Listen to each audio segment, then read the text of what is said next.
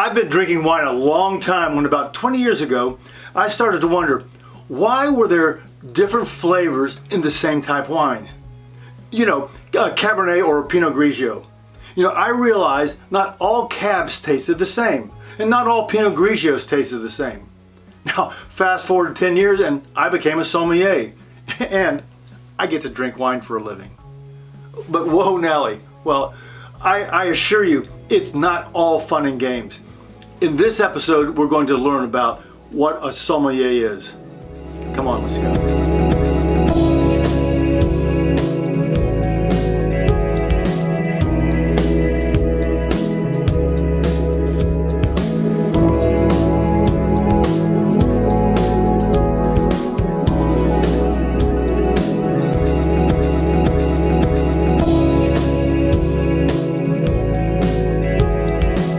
Hey there, Posse, I'm Pierre, and welcome to Asti Wine Consultants.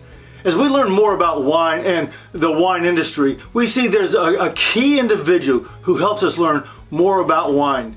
These people are called sommeliers.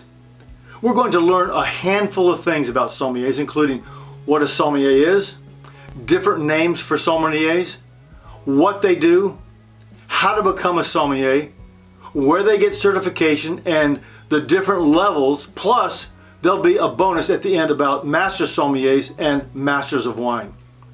Now also, keep in mind, at any time, if you like what you hear, click like, subscribe, and hit the little bell so you'll be notified when there are new posts.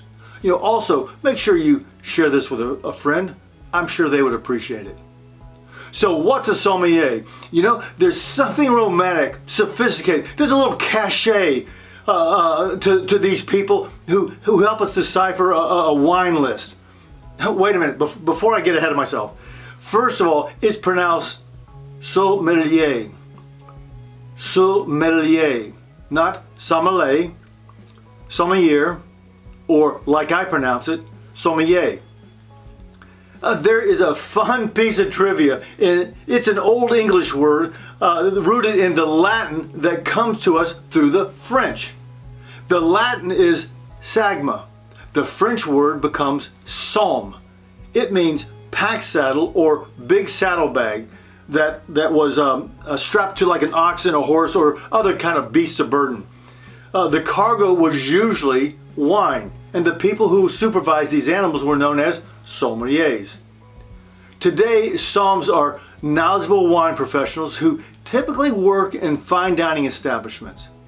They should have a formal training or accreditation to be able to specialize in all aspects of wine service, wine and food pairings, and wine storage. Today, it's more accurately defined as the steward of the wine experience. Now, as far as I'm concerned, a somm needs to have the ability to connect with guests, understand the palate, be a really good listener, and develop and decipher a great wine list.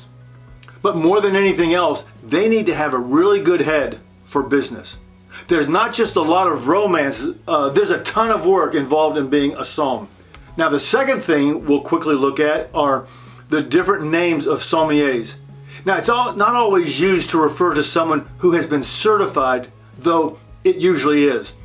Sometimes sommelier is used interchangeably with anyone working as a wine professional. As you can see on the chart, here are some of the more common names. How are you doing there? Is this information helpful? If it is, please write Asti in the comments below. Next up is, what does a sommelier do? The reality is, this needs to be looked at from three different perspectives or point of view. Personal edification, on-premise, also known as the restaurant business, and off-premise, which includes all sorts of jobs. We'll look at some of those jobs in just a second, but first, personal edification. You know, before I got my accreditation, I invested time in all sorts of self-study books like those listed here. Also, don't discount the internet for educational tools like the Guild's Somm website and Wine Folly. Now, actually, Wine Folly takes a more fun visual approach. The primary place you'll find sommeliers are in restaurants. In the wine industry, this is called on-premise. Alcohol is served and consumed on-premise. The modern version of a sommelier isn't limited to the floor of a restaurant, interacting with guests and making runs to the cellar. There's a broader role which could include a number of those you'll see listed here. Andrew Jeffords of the Decanter World Wine Awards has said, a really good somm is a kind of speed dating psychologist. Generally, we can figure out what sort of person you are, how well off you are, what wine you really like most with a few minutes of chit chat from the hints that you drop along the way. We're then able to match you and the wines you'll enjoy. We're matchmakers and storytellers. We're able to tell the stories about the flavors of the wine, the people and the families that make the wine, and all sorts of trivia to bring the wine alive. Now, the other thing that somms can do is to work off-premise or places other than the restaurant.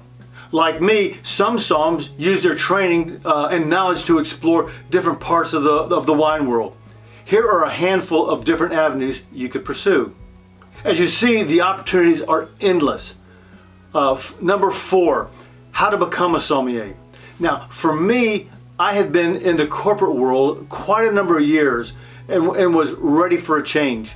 Because of my curiosity plus love and passion for wine, I thought I could marry my business background and my love for wine and either open a wine shop or buy or start a small vineyard and winery. Since I didn't know how to spell Sauvignon Blanc or Zinfandel, I thought my first step should be some education. At that point, I took 3 years to get my sommelier accreditation. Now, while anyone who works directly with wine in a restaurant can label themselves as a sommelier, a certified or accredited sommelier requires formal education, training, and experience. You'll need to have a deep appreciation and passion for wine, plus a ton of drive. I'm not going to sugarcoat this.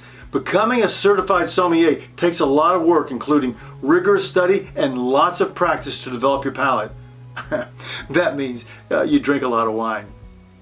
Now, depending on your level of knowledge, when you start, it can take months and years of becoming a sommelier. And a certified sommelier, or at more advanced levels, can take many more years.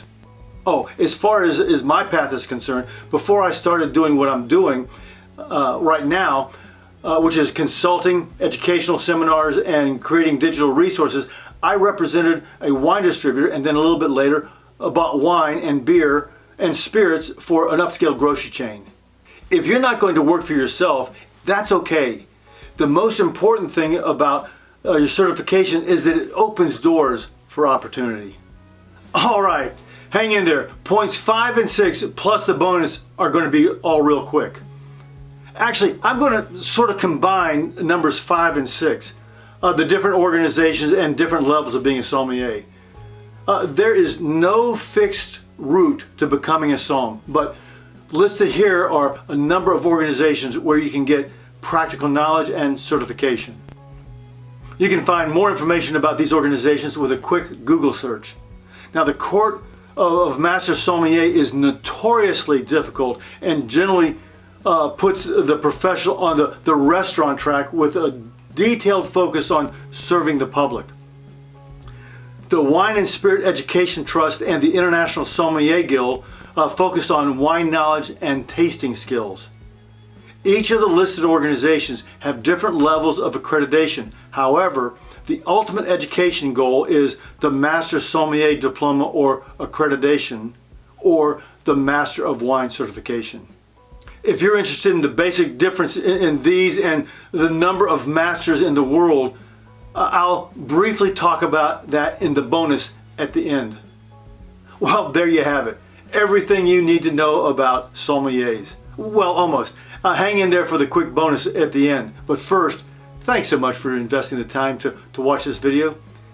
If you found it helpful, I'd appreciate if you shared it with your wine-loving friends. All right, are you ready for the bonus? Here's the down and dirty on Master Sommeliers and Masters of Wine. The basic difference between the two is the Master Sommelier is the highest distinction a professional can attain in fine wine and beverage service.